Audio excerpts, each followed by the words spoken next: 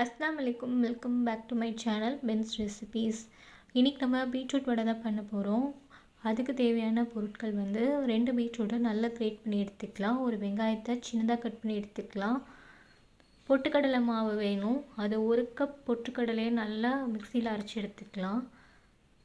ஒரு பச்சை மிளகா எல்லாத்தையும் சின்ன சின்னதாக சாப் பண்ணி போட்டுக்கோங்க. ஒரு கொத்து கருவேப்பிலை. இப்போ வந்து நம்ம பொட்டுக்கடலை மாவை வந்து கொஞ்சம் கொஞ்சமாக ஆட் பண்ணணும். தேவையான அளவு உப்பு கொஞ்சம் கொஞ்சமாக ஆட் பண்ணிங்கன்னா தான் அது கரெக்டாக பைண்ட் ஆகும். ஃபுல்லாக போட்டிங்கன்னா எக்ஸ்ட்ராவாக மாவு போயிடுச்சுன்னா நல்லா இருக்காது.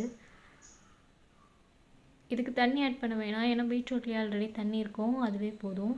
கொஞ்சம் கொஞ்சமாக போட்டு நல்லா ஆட் பண்ணி பிசைஞ்சு எடுத்துக்கலாம். இது வந்து ஒரு சப்பாத்தி மாவு டோ மாதிரி வரும். அதை நம்ம சின்ன சின்ன பாலாக ரெடி பண்ணி மசாலோட சைஸில் எடுத்துக்கலாம். பீட்ரூட் பிடிக்காதவங்க கூட இதை சாப்பிடுவாங்க. ட்ரை பண்ணி பாருங்கள். கிட்ஸுக்கு வந்து ரொம்பவே பிடிக்கும். ட்ரை பண்ணி பாருங்கள். இப்போ எண்ணெய் வந்து நல்லா சூடாயிடுச்சு. இதில் ஒன்று ஒன்று ஆட் பண்ணலாம்.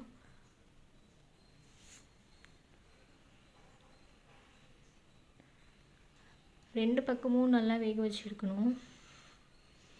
இது வெந்துருச்சுன்னா கலர் மாறும். அதை வச்சு இது வெந்துருச்சுன்னு நம்ம செக் பண்ணிக்கலாம்.